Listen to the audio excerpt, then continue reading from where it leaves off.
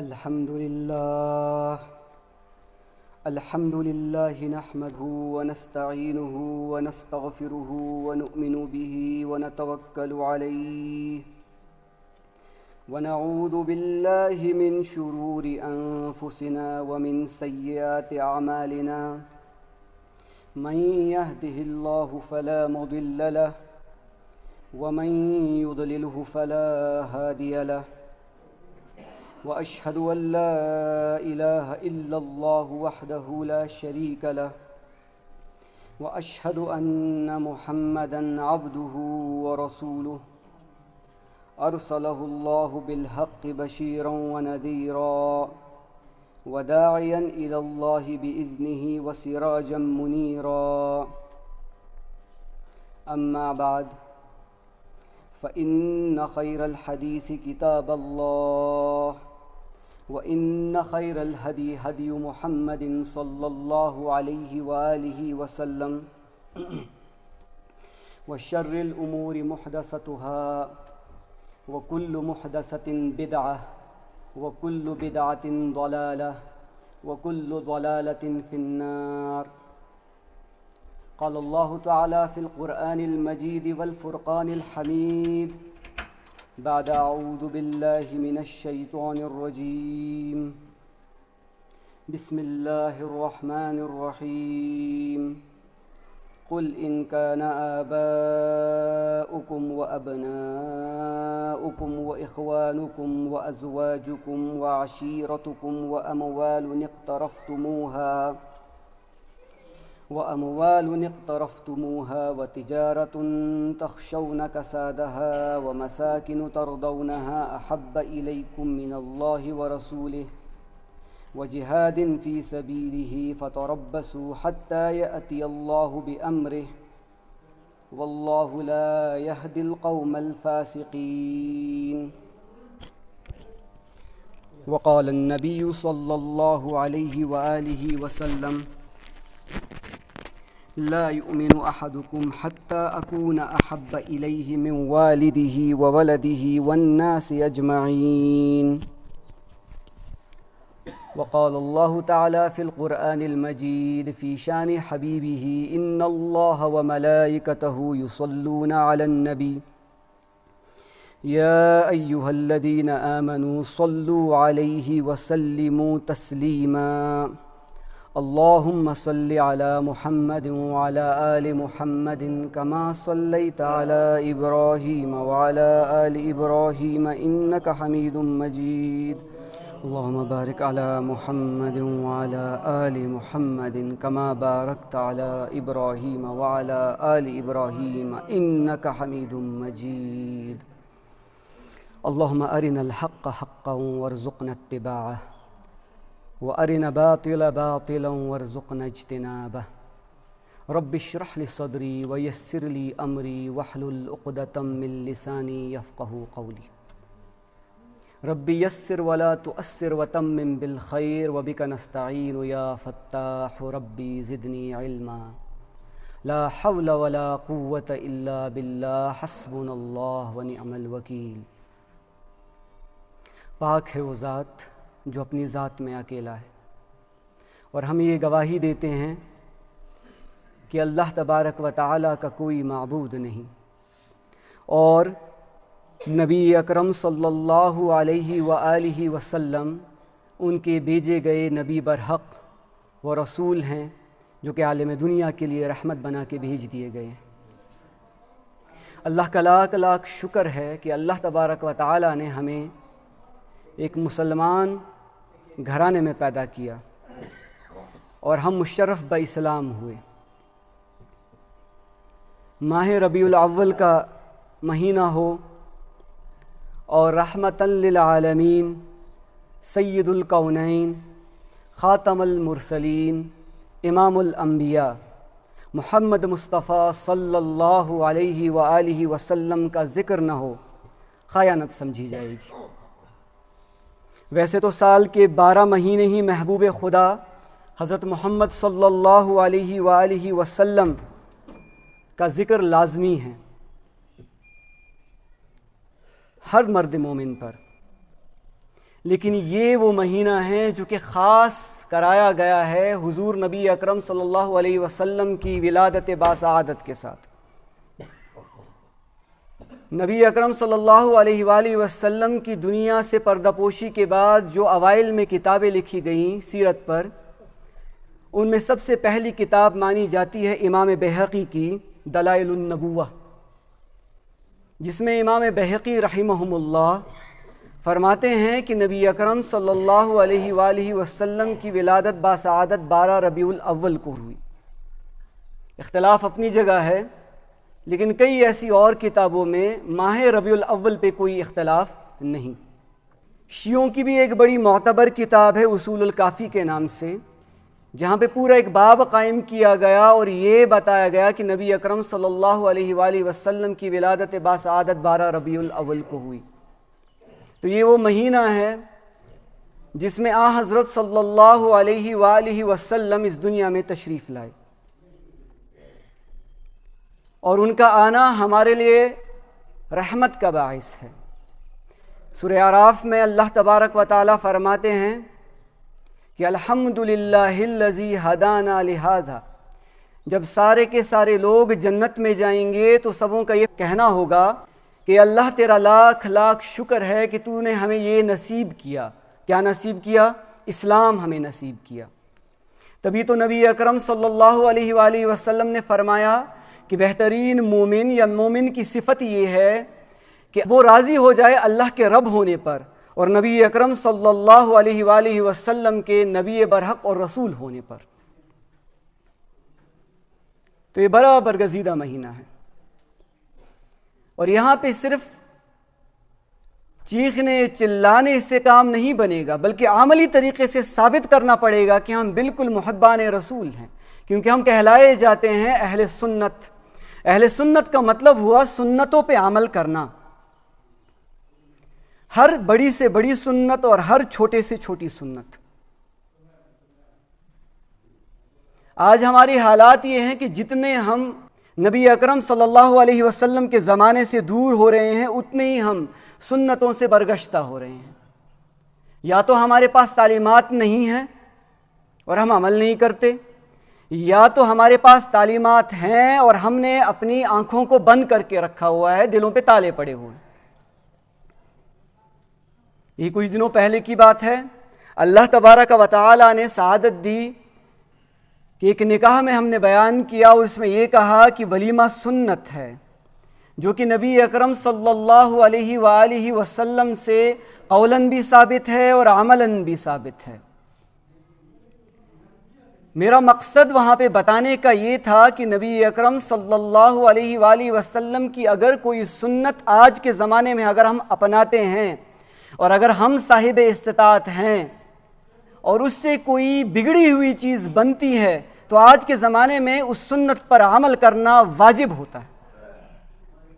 اگر آپ صاحب استطاعت ہیں، آپ اپنے رشتہ داروں کو کھلا سکتے ہیں تو بہتر ہے کہ آپ کھلائیں، کیونکہ آج کے زمانے میں ہمارے رشتہ داروں میں رنجشیں، عداوتیں بہت زیادہ ہو گئی ہیں۔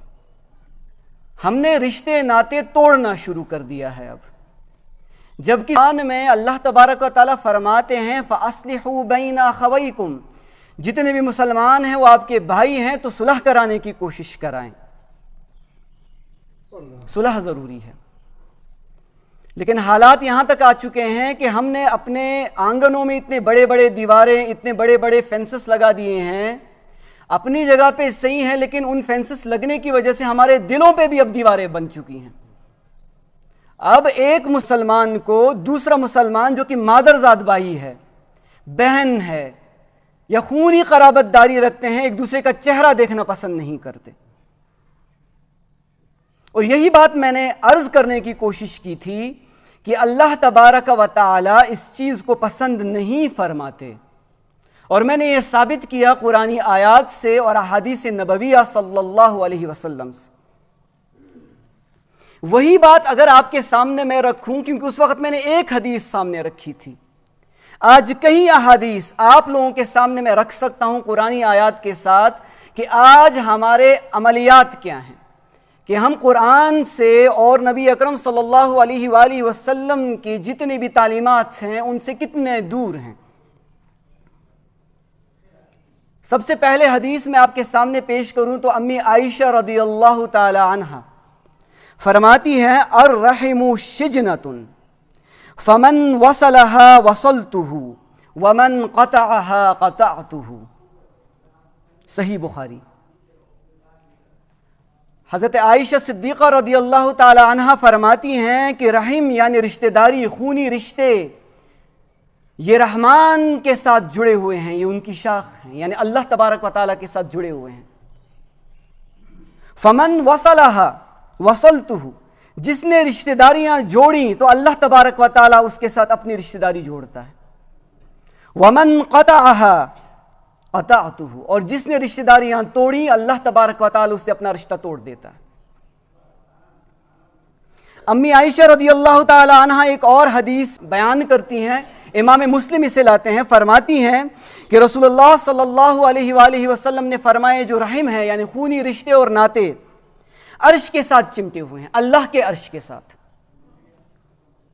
اور اللہ تبارک و تعالیٰ فرماتے ہیں جس نے رشتہ داری کی پاسداری رکھی یعنی رشتہ داریاں جوڑے رکھی اللہ تبارک و تعالیٰ اس کے ساتھ اپنا رشتہ جوڑتے ہیں، اور جس نے تعلق کو توڑ دیا رشتہ داریوں کا تو اللہ تبارک و تعالیٰ ان سے اپنا تعلق توڑ دیتے ہیں۔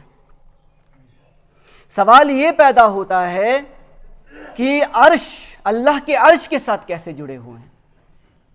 یہ صحیح بخاری اور صحیح مسلم میں سے دو احادیثیں لائیں اور دونوں احادیث امی عائشہ رضی اللہ تعالی عنہ سے، لیکن اسی حدیث کو حضرت ابو ہریرہ رضی اللہ تعالی عنہ بیان کرتے ہیں، لیکن بالکل اچھے طریقے سے، کوئی شک و شبہات کی گنجائش ہی نہیں چھوڑتے۔ حضرت امام حاکم رحمہم اللہ اپنے مستدرک میں اس حدیث کو لاتے ہیں، امام بخاری اسے روایت کرتے ہیں، امام مسلم اسے روایت کرتے ہیں، متفق علیہ حدیث۔ راوی ہیں حضرت ابو ہریرہ رضی اللہ تعالی عنہ، فرماتے ہیں کہ نبی اکرم صلی اللہ علیہ وآلہ وسلم نے فرمایا جب اللہ تبارک و تعالی مخلوقات کے تخلیق سے فارغ ہوئے تو رحم یعنی رشتے اور ناطے، اللہ تبارک و تعالیٰ نے اس کی بھی تخلیق کی کیونکہ اللہ نے ہر چیز کو بنایا، جب فارغ ہو گئے تو رشتہ داریاں، یہ جو بہن کا رشتہ ہے، بھائی کا رشتہ ہے، والد کا رشتہ ہے، بیٹے کا رشتہ ہے، چاچاؤں کا رشتہ ہے، پھوپھوں کا رشتہ ہے، خالاؤں کا رشتہ ہے، جتنے بھی رشتہ داریاں ہیں یہ اللہ تبارک و تعالیٰ نے پہلے سے بنا کے رکھی ہیں، کیونکہ ہمارے روح تو پہلے سے عالم ارواح میں بن چکے تھے، ہمارا عقیدہ ہے، کیونکہ اللہ تبارک و تعالیٰ نے تو تقدیر کی تخلیق پہلے سے کر دی تھی، وَالْقَدْرِ خَيْرِهِ وَالشَّرِّهِ مِنَ اللَّهِ تَعَالَى، یہ ہمارا عقیدہ ہے کہ جو تقدیر ہے خیر والا اور جو تقدیر ہے شر والا من اللہ تعالی، یہ اللہ کی طرف سے، اور یہ اللہ تبارک و تعالیٰ نے پہلے سے بنا کے رکھ دیا۔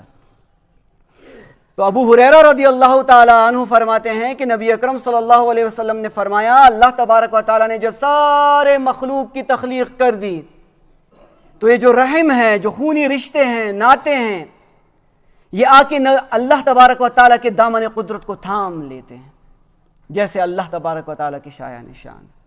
یہ رحم، یہ رشتے بتاتے ہیں اللہ تبارک و تعالیٰ سے کہ اے اللہ یہ ان کی جگہ ہے جو قطع تعلقی سے تیری پناہ مانگے، یعنی اللہ تبارک و تعالیٰ کی دامن ان لوگوں کی جگہ ہے جو لوگ رشتے ناطے توڑنے سے اللہ کی پناہ مانگتے ہیں۔ تو اللہ تبارک و تعالیٰ جواب دیتے ہیں، فرماتے ہیں کہ کیا تو اس بات پہ راضی نہیں؟ اللہ تبارک و تعالیٰ رحم سے فرماتے ہیں کہ اے رحم کیا تو اس بات سے راضی نہیں کہ میں اس سے ملوں جو تجھ سے ملے اور اس سے قطع تعلق کروں جو تجھ سے قطع تعلقی کرے؟ یعنی جس شخص نے رشتہ داریاں توڑی اللہ تبارک و تعالیٰ اس سے اپنا رشتہ توڑ دیتے ہیں، اور جس نے رشتہ داریاں جوڑی اللہ تبارک و تعالیٰ اس سے رشتہ جوڑ دیتے ہیں۔ میرا مدعا و مقصد آپ کے سامنے یہ بیان کرنے کا یہ ہے کہ جتنا ہم نیوکلیئر فیملی کی طرف جا رہے ہیں ہم اتنے ہی اسلامی تعلیمات سے دور ہو رہے ہیں۔ ماں باپ کی فرما برداری میں کمی، بیٹا باپ کی بات کو برداشت نہیں کرتا، بھائی بھائی کے باتوں کو برداشت نہیں کرتا، بہن بھائیوں میں رنجشیں، عداوتیں، بغض، ایک کینہ بسا کے رکھے ہوئے ہیں۔ اللہ تبارک و تعالیٰ نے تلقین دی ہے کہ آپ اس سے پناہ مانگے، آپ ان چیزوں سے دور رہیں، قطع تعلقی سے دور رہیں۔ اور نبی اکرم صلی اللہ علیہ وآلہ وسلم، قربان جاؤں کتنا سچ کہا میرے نبی صلی اللہ علیہ وسلم۔ ساتھ میں فرمایا کہ یہ حدیث بیان کرنے کے بعد کہ اگر چاہو تو قرآن کے یہ آیات پڑھ لو، سورہ محمد آیت نمبر 22، 23 اور 24۔ فَهَلْ عَسَيْتُمْ إِن تَوَلَّيْتُمْ، تم پہ بالکل شک نہیں کہ جب تم متولی بن جاؤ گے اس دنیا میں، جب تمہیں افسری ملے گی، جب تمہارے پاس پیسے آ جائیں گے، جب تم محلات کھڑے کر دو گے، جب تمہیں گاڑیاں ملے گی، سب سے پہلے کیا کرو گے؟ ان تفسدوا فی الارض، تم زمین میں فساد پھیلاؤ گے۔ اور وہ فساد کیا ہوگا؟ وتقطعوا ارحامکم، سب سے پہلے تم رشتہ داریاں توڑ دو گے۔ یہ تعویل میں نہیں کر رہا ہوں، میں ہوتا کون ہوں، میری بساط کیا ہے؟ میں قرآن کی تعلیمات آپ کے سامنے رکھ رہا ہوں، صحیح بخاری، صحیح مسلم، مستدرک للحاکم۔ اللہ کے رسول صلی اللہ علیہ وسلم فرماتے ہیں کہ جب سب سے پہلے آپ کو متولی بنا دیا جائے گا نا زمین پہ، جب آپ کو افسری ملے گی، جب آپ کو پیسے ملیں گے، جب آپ کو اقتدار ملے گا، جب آپ کو گاڑیاں ملیں گی، جب آپ کو بڑے بڑے محلات ملیں گے، پیسوں کی فروانی ہوگی، تو سب سے پہلا کام کیا کرو گے؟ رشتہ داریاں توڑ دو گے۔ وہ جو پیدل چل رہے ہیں نا، وہ حقیر جانو گے آپ ان کو، کیونکہ گاڑی میں بیٹھے ہیں آپ کے رشتہ دار آپ کو اب دکھیں گے نہیں۔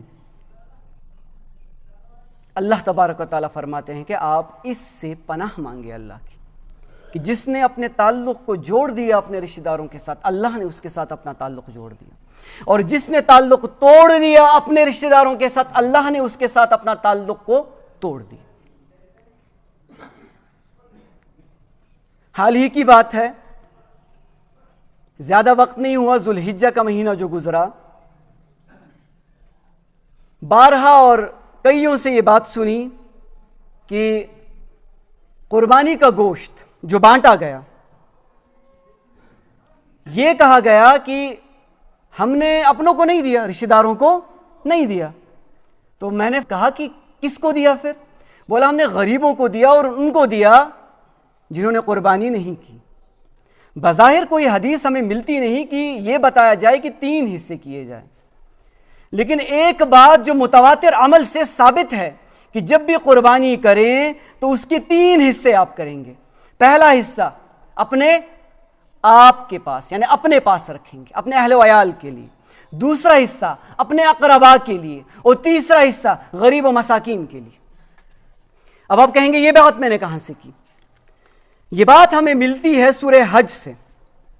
اللہ تبارک و تعالیٰ قرآن میں فرماتے ہیں فَإِذَا وَجِبَتْ جُنُوبُهَا فَكُلُوا مِنْهَا وَأَطْعِمُوا الْقَانِعَ وَالْمُعْتَرَ، جب آپ اپنے قربانیوں کو پہلوؤں پہ لٹا دو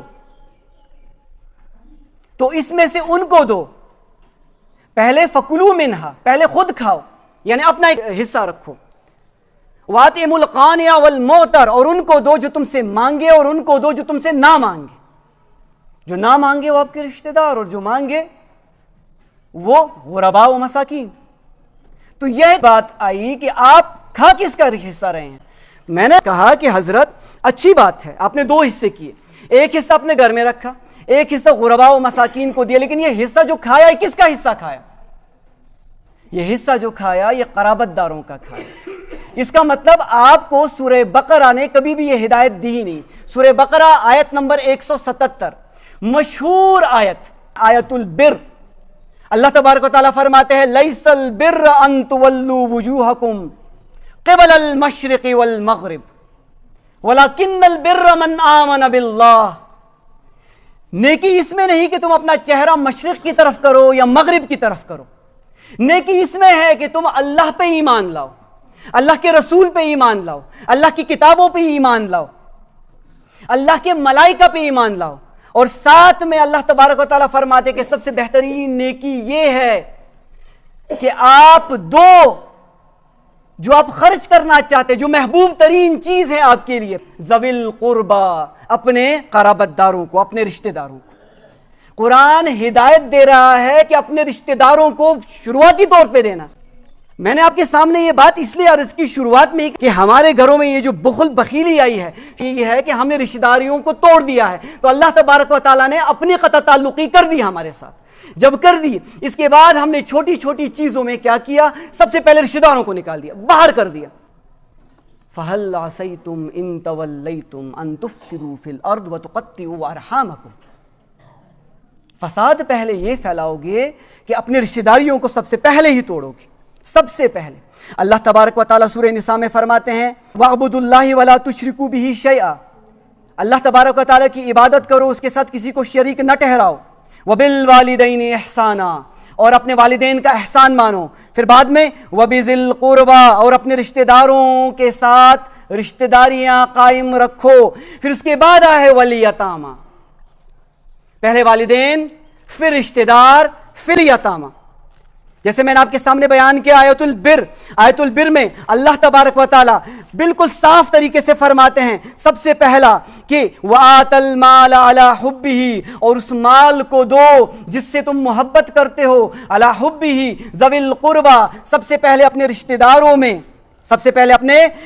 داروں میں، وَالْيَتَامَى، پھر یتیموں کو، پہلے رشتہ دار پھر یتیم۔ یہ جو حصہ آپ نے کھایا تو رشتہ داروں کا ہی تو کھایا۔ یہی وجہ ہے کہ جتنی بھی بیماریاں اللہ تبارک و تعالیٰ کی طرف سے مسلط ہوئی، اللہ تبارک و تعالیٰ نے یہ ڈالی ہم پہ مسلط کی ہے، اور یہ نہ جانے کہ یہ کوئی عام چیز ہے، یہ ہمارے ہی مکافات عمل ہے جو ہمیں دنیا میں مل رہی ہے۔ آج کے زمانے میں آپ دیکھیں گے سب سے زیادہ جوان لوگ مر رہے ہیں ہارٹ اٹیک کی وجہ سے، کولیسٹرول، ڈائبٹیز جسے ہم شوگر کہتے ہیں، فیٹی لیور، سٹروک اٹیکس، طرح طرح کی بیماریاں ہمیں لگ رہی ہیں۔ وجہ کیا ہے؟ اللہ تبارک و تعالیٰ ہم سے ناراض ہے، اللہ تبارک و تعالیٰ کا امتحان ہے۔ اب تو عذاب نہیں آئے گا نا، عذاب آ چکا ہے۔ یہ کورونا کی شکل میں کیا تھا؟ یہ اللہ کی طرف سے عذاب تھا۔ یہ ڈائبٹیز کی شکل میں کیا ہے؟ یہ اللہ کی طرف سے عذاب ہے۔ یہ ہارٹ اٹیکس اور سٹروک اٹیکس کیا ہیں؟ یہ اللہ کی طرف سے عذاب ہے۔ بلڈ پریشر کا ہائی ہونا ڈاؤن ہونا یہ کیا ہے؟ یہ اللہ کی طرف سے عذاب ہے۔ اور یہ عذاب سب سے پہلے ہم پہ مسلط ہوا، ایک صاف سی بات ہے، چاہے کوئی اسے برا سمجھے یا اچھا سمجھے، کیونکہ قرآن بیان کر رہا ہوں اور حدیث کو بیان کر رہا ہوں، ہم نے اپنی رشتہ داریوں کو توڑ دی۔ حضرت ابو ہریرہ رضی اللہ تعالیٰ عنہ بیان کرتے ہیں کہ میں نے رسول اللہ صلی اللہ علیہ وآلہ وسلم سے سنا کہ جسے پسند ہو کہ اپنی روزی میں فراخی ہو اور اس کی عمر دراز ہو تو وہ صلہ رحمی کیا کرے۔ ہم انسان بذات انسان ہم کیا چاہتے ہیں؟ ہماری عمر میں درازی ہو، ہماری عمر میں برکت ہو، اور دوسری چیز ہم کیا چاہتے ہیں؟ ہم چاہتے ہیں کہ ہمارا رزق کشاد ہو، بس یہی دو چیزیں۔ تو نبی اکرم صلی اللہ علیہ وآلہ وسلم نے فرمایا جو یہ دو چیزیں چاہتا ہے تو وہ صلہ رحمی کرے، اپنے رشتہ داریوں کے ساتھ رشتہ داری قائم کرے، رشتہ داریاں نہ توڑے۔ یہی حدیث حضرت عاصم رضی اللہ تعالیٰ عنہ بیان کرتے ہیں، لاتے ہیں امام حاکم مستدرک للحاکم میں، فرماتے ہیں کہ نبی اکرم صلی اللہ علیہ وآلہ وسلم نے فرمایا جو دنیا میں تین چیزیں چاہتا ہے، تین چیزیں سب سے بہترین، اسے صرف دو کام کرنے چاہیے، صرف دو کام۔ پہلی چیز، اگر وہ انسان چاہتا ہے کہ میرے عمر دراز ہو، میرا عمر لمبا ہو، میرے عمر میں برکت ہو، اور اگر وہ انسان چاہتا ہے کہ میرے رزق میں وسعت ہو، اور اگر وہ انسان چاہتا ہے کہ وہ برے موت سے بچے، یہ نسخہ دیا حضرت عاصم رضی اللہ تعالیٰ عنہ۔ تین چیزیں کون نہیں چاہتا اسے؟ عمر درازی ہو، عمر میں برکت، رزق میں وسعت ہو، رزق کی فراوانی ہو، اور تیسری چیز برے موت سے بچے، تو اسے صرف دو کام کرنے چاہیے۔ نبی اکرم صلی اللہ علیہ وآلہ وسلم نے فرمایا کہ اتق اللہ، کہ وہ اللہ سے ڈرے، وتصل الرحم، اور اپنے رشتہ داریوں کو قائم رکھے۔ بس جس نے یہ دو کام کر لیے اس کو تین چیزیں اللہ نے عطا کر دی، اس کے رزق عمر کو لمبا کر دیا، اس کے رزق کو کشادہ کر دیا، اور اس کو بری موت سے اللہ نے بچا لیا۔ حضرت عبداللہ ابن عباس رضی اللہ تعالیٰ عنہ بیان کرتے ہیں کہ رسول اللہ صلی اللہ علیہ وآلہ وسلم نے فرمایا کہ بے شک اللہ تبارک و تعالیٰ عمر کو بڑھاتا ہے، بے شک اللہ تبارک و تعالیٰ مال میں اضافہ کرتا ہے، اس میں کوئی شک نہیں، لیکن کبھی کبھی اس بندے کو بھی کرتا ہے جس سے اللہ تبارک و تعالیٰ نفرت کرتا ہے۔ اتنا نفرت کرتا ہے کہ جب سے وہ پیدا ہوتا ہے اللہ تبارک و تعالیٰ اس کی طرف نظر رحمت سے دیکھتے ہی نہیں۔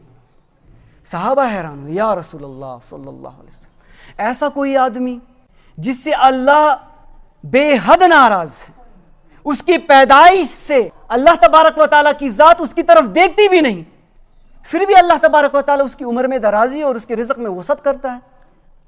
یہ کون سا عمل وہ کر رہا ہے کہ جس کی وجہ سے اللہ تبارک و تعالیٰ نے یہ دو چیزیں اسے انعام میں عطا کی؟ انسان اس سے زیادہ چاہتا کیا؟ تو حضور نبی اکرم صلی اللہ علیہ وآلہ وسلم نے فرمایا اس لیے کہ وہ اپنے رشتہ داروں کے ساتھ حسن سلوک کرتے ہیں۔ جو بھی اپنے رشتہ داروں کے ساتھ حسن سلوک کرے تو اللہ تبارک و تعالیٰ اسے یہ تین چیزیں عطا کر دیتا ہے، اور ایک انسان دنیا میں ان تین چیزوں سے زیادہ چاہتا بھی کیا؟ کچھ بھی نہیں چاہتا۔ تو میرے محترم بھائیوں، ضروری چیز ہے ہمارے لیے یہ سمجھنا کہ میں نے آپ کے سامنے یہ بات رکھی، اصل میں میرا موضوع یہ نہیں تھا، کیونکہ ربیع الاول کا مہینہ ہے، کیونکہ ایک بات ادھوری رہ چکی تھی۔ یہ بات یہ تھی کہ ہم رشتہ داروں سے دور ہو رہے، اور نبی اکرم صلی اللہ علیہ وآلہ وسلم کی سنت ہے کہ ہم رشتہ داریاں قائم کریں، ہم اپنے رشتہ داروں کے نزدیک آئے، قرابت داری کا خیال رکھیں، تب جا کے اللہ تبارک و تعالیٰ کی نظر رحمت ہم پہ ہو، تب جا کے ہمارے عمروں میں برکت ہو، تب جا کے ہمارے رزق میں وسعت ہو، تب جا کے ہم بری موت سے بچیں گے جب یہ چیز ہم میں ہوں گی۔ اسی لیے آج کے زمانے میں بھی، آج سے 1400 سال پہلے نبی اکرم صلی اللہ علیہ وآلہ وسلم نے یہ چیز بیان کر دی تاکہ ہمارے لیے آسانی ہو، اور یہ اس نبی اکرم صلی اللہ علیہ وآلہ وسلم کا مہینہ ہے جس مہینے میں حضرت صلی اللہ علیہ وسلم اس دنیا میں تشریف لے آئے، اور نبی اکرم صلی اللہ علیہ وآلہ وسلم سے محبت ایمان کا ایک حصہ ہے، اور محبت کا طریقہ یہ نہیں کہ ہم صرف چلاتے پھریں کہ میں ہی محب رسول ہوں، کہ میں ہی عاشق رسول ہوں، آپ کر کے دکھائیں کہ میں عاشق رسول ہوں۔ کس طریقے سے؟ جب نبی اکرم صلی اللہ علیہ وسلم کی ہر چھوٹی سے چھوٹی اور بڑی سے بڑی سنت پہ عمل کیا جائے۔ نبی اکرم صلی اللہ علیہ وسلم فرماتے ہیں وہ انسان مومن ہو ہی نہیں سکتا، لا یؤمن احدکم حتی اکون احب الیہ، ایک انسان ایمان والا نہیں ہو سکتا جب تک کہ وہ مجھ سے محبت نہ کرے، من والدہ، اپنے باپ سے بھی زیادہ، وولدہ، اپنے بیٹے سے بھی زیادہ، والناس اجمعین، اور دنیا میں جتنے بھی لوگ ہیں ان سے زیادہ۔ یہ لٹمس ٹیسٹ ہے آپ کے ایمان کا، کہ آپ کے اندر ایمان ہے، کہ آپ نبی اکرم صلی اللہ علیہ وآلہ وسلم سے اتنی محبت رکھتے ہیں۔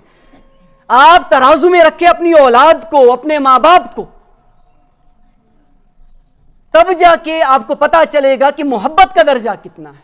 تبھی تو اللہ تبارک و تعالیٰ فرماتے ہیں قل ان کنتم تحبون اللہ فاتبعونی یحببکم اللہ، اے نبی کہہ دیجئے جو چاہتا ہے کہ اللہ کی محبت پائے، کون نہیں چاہتا کہ اللہ اس سے محبت کرے؟ فاتبعونی، میری باتوں پہ عمل کرو، میری چھوٹی سے چھوٹی سنت پہ عمل کرو، میری بڑی سے بڑی سنت پہ عمل کرو۔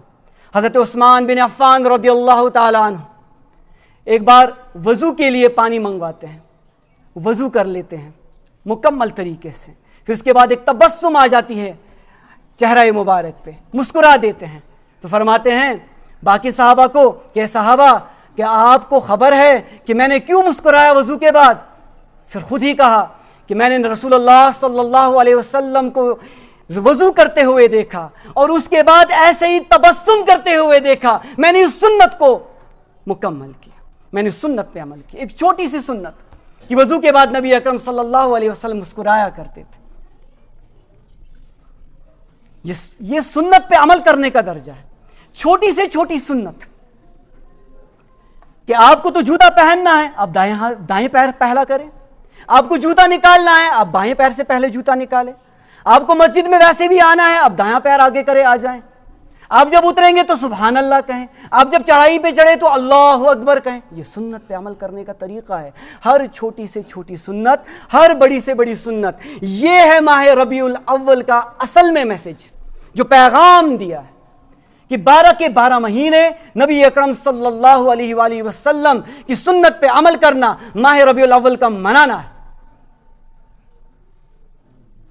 حضرت عمر رضی اللہ تعالیٰ عنہ ایک بار نبی اکرم صلی اللہ علیہ وسلم نے ان کا ہاتھ تھاما ہوا تھا اور حضرت عمر رضی اللہ تعالیٰ عنہ فرماتے ہیں کہ یا رسول اللہ صلی اللہ علیہ وسلم میں آپ سے بہت محبت کرتا ہوں. محبت کا تقاضا دیکھیں. تو اپنی الفاظ میں اگر میں کہوں تو حضرت عمر رضی اللہ تعالیٰ عنہ فرماتے ہیں کہ میں نے ایک طرف اپنی اولاد کو رکھا اور ایک طرف سے یا رسول اللہ میں نے آپ کا تصور اپنے نگاہوں میں رکھا. واللہ مجھے آپ سے محبوب ترین شخص کوئی نہیں. میں نے ایک طرف سے اپنے ماں باپ کو رکھا, ایک طرف سے یا رسول اللہ آپ کا چہرہ انور میرے سامنے آیا, مجھے آپ سے محبوب ترین کوئی نہیں. حضور نبی اکرم صلی اللہ علیہ وآلہ وسلم نے فرمایا کہ اے عمر, تمہارا ایمان مکمل ہی نہیں جب تک تم اپنے آپ سے بھی زیادہ مجھ سے محبت نہ کرو, اپنے نفس سے بھی زیادہ. حضرت عمر رضی اللہ تعالیٰ عنہ قسم کہتے ہیں کہ اللہ کی قسم ہے, آج سے مجھے اپنے آپ سے بھی زیادہ آپ محب ہے یا رسول اللہ صلی اللہ علیہ وسلم. یہ محبت کا تقاضا ہے کہ چھوٹی سے چھوٹی سنت پہ عمل کیا جائے, کہ ان صحابہ جانثات صحابہ جنہوں نے نبی اکرم صلی اللہ علیہ وآلہ وسلم کی سنت کو اجاگر کرنے کے لیے, ان کے ساتھ دینے کے لیے, ان کے محبت کو پروان چڑھانے کے لیے اپنی زندگی کو قربان کر دیا, ان صحابہ کو زندگی میں ہی بشارت مل گئی جنت کی. کہ ہم نہیں چاہیں گے کہ ہمیں بھی جنت کی بشارت ملے. یہ بشارت کیسے ملے گی؟ قل ان کنتم تحبون اللہ, کہ آپ اللہ سے اگر محبت کرتے ہو فاتبعونی, میری اتباع کرو, یحببکم اللہ, اللہ تم سے محبت کر لے گا. اور یہ تقاضا ہے کہ اگر جنت چاہتے ہو تو عاشق رسول بنو, محبان رسول بنو. یہی وجہ ہے کہ ایک ہی مجلس میں نبی اکرم صلی اللہ علیہ وسلم نے 10 صحابہ کرام کو جنت کی بشارت دی تھی, جنہوں نے اپنی زندگی کو نثار کر دیا نبی اکرم صلی اللہ علیہ وآلہ وسلم کی قدموں پر. تبھی تو نبی اکرم صلی اللہ علیہ وسلم نے فرمایا, عشرہ مبشرہ جن کو ایک ہی بیٹھک میں جنت کی بشارت ملی, فرمایا ابو بکر فی الجنہ وعمر فی الجنہ وعثمان فی الجنہ وعلی فی الجنہ وطلحۃ فی الجنہ والزبیر فی الجنہ وعبد الرحمن بن عوف فی الجنہ وسعد ابن ابی وقاص فی الجنہ وسعید ابن زید فی الجنہ وابو عبیدہ بن الجراح فی الجنہ. کہ زندگی میں ہی کسی کو جنت کی بشارت ملنا, یہ محبت کا تقاضا ہے کہ محمد سے وفا تو نے تو ہم تیرے ہیں, یہ جہاں چیز ہے کیا لوح و قلم تیرے ہیں. کہ لوگ اپنے جو لوح قلم پہ لکھی ہوئی تقدیر ہے اس کو بدل دیتے ہیں. جنہوں نے اپنی زندگی کی ابتدا کفریہ حالت میں کی, آج اس کو زندگی میں ہی بشارت مل رہی ہے جنت کی. ایک بات عرض کروں گا آپ کے سامنے کہ یہ محب رسول ہونا, رسول اللہ صلی اللہ علیہ وآلہ وسلم کے ساتھ محبت رکھنا, یہ جنت کا مستحق ہونا, اس کا سب سے بڑا نمونہ ہمارے سامنے حضرت خدیجہ الکبریٰ رضی اللہ تعالی عنہ. اللہ تبارک و تعالی ہم سب کو مکہ مکرمہ لے جائے. آپ دیکھیں وہاں جسے ہم جبل الرحمہ کہتے ہیں, جہاں پہ غار حرا ہے. نبی اکرم صلی اللہ علیہ وسلم ریاضت میں بیٹھے ہیں غار حرا میں, حضرت جبریل امین علیہ السلام تشریف لاتے ہیں, فرماتے ہیں یا رسول اللہ صلی اللہ علیہ وآلہ وسلم خدیجہ آ رہی ہے, خدیجہ الکبریٰ. ایک عورت ذات کا چڑھنا غار حرا پہ آپ دیکھیں بڑا مشکل کا, کہ خدیجہ الکبریٰ آ رہی ہیں یا رسول اللہ صلی اللہ علیہ وآلہ وسلم. اس کے ہاتھ میں ایک برتن ہے, آپ کے لیے کھانا لائی ہیں, آپ کے پینے کے لیے کوئی سامان لائی ہے. یا رسول اللہ صلی اللہ علیہ وسلم فقرأ علیہ السلام من ربها عز وجل, خدیجہ سے کہنا اے خدیجہ رب ذوالجلال تمہیں سلام کہتا. اللہ اکبر, رب ذوالجلال تمہیں سلام کہتا ہے. فقرأ علیہ السلام من ربها, کہ تمہارا رب تمہیں سلام کہتا ہے, کہ رب کی طرف سے سلام آیا ہے خدیجہ الکبریٰ کے لیے. کیوں؟ اپنی زندگی, اپنا مال, اپنا دولت نبی اکرم صلی اللہ علیہ وسلم کے پیروں پہ نچھاور کر دی. اس سختی کے عالم میں غار ہرا کو چڑھ رہی ہے نبی اکرم صلی اللہ علیہ وسلم کے لیے کھانا اور پانی لینے کے لیے. اور اتنا ہی نہیں، حضرت جبریل امین علیہ السلام کیسے پیچھے رہتے. ساتھ میں فرمایا وہ منی، میری طرف سے بھی سلام کہہ دینا، اور ساتھ میں یہ بشارت دینا وہ بشر ببیت فی الجنہ، کہ اللہ تبارک و تعالیٰ نے آپ کے لیے جنت میں ایک بہترین مکان بنا کے رکھا ہے، بیت بنا کے رکھا ہے جو موتیوں سے بنا ہوا ہے. اور ساتھ میں فرمایا لا صغب فیہ ولا نصب، نہ ہی وہاں پہ شور شرابہ ہے، نہ ہی وہاں پہ کوئی تکلیف ہے، کچھ بھی نہیں. آرام ملے گا تو جنت میں ملے گا، کیونکہ تو نے اپنی زندگی نچاور کر دی نبی اکرم صلی اللہ علیہ وسلم کی زندگی کے لیے. یہ ہے محبت رسول صلی اللہ علیہ وسلم جس کی درکار ہے. صرف نعرے لگانے سے، چیخنے چلانے سے کچھ نہیں ہوگا. اللہ تبارک و تعالی ہمیں توفیق دے کہ ہم ہر چھوٹے سے چھوٹے، بڑے سے بڑے سنت پہ عمل کریں نبی اکرم صلی اللہ علیہ وآلہ وسلم سے. اللہ تبارک و تعالی سے یہ دعا ہے کہ ہماری زندگیاں قرآن و سنت سے آراستہ ہوں، اور جتنے بھی بیمار ہیں اللہ تبارک و تعالی ان کو شفائے دائمہ، شفائے مستمرہ، شفائے عاجلہ عطا فرمائے. اور جتنے بھی ہمارے اقرباء میں، رشتہ دار میں جتنے بھی بیمار ہیں اللہ تبارک و تعالی ان سبوں کو شفا عطا فرمائے. جتنے بھی بے اولاد ہیں ان کو اولاد صالحہ عطا فرمائے. اور بہتوں نے دعاؤں کی گزارش کی، اللہ تبارک و تعالی ان کے جائز حاجات کو روا عطا فرمائے.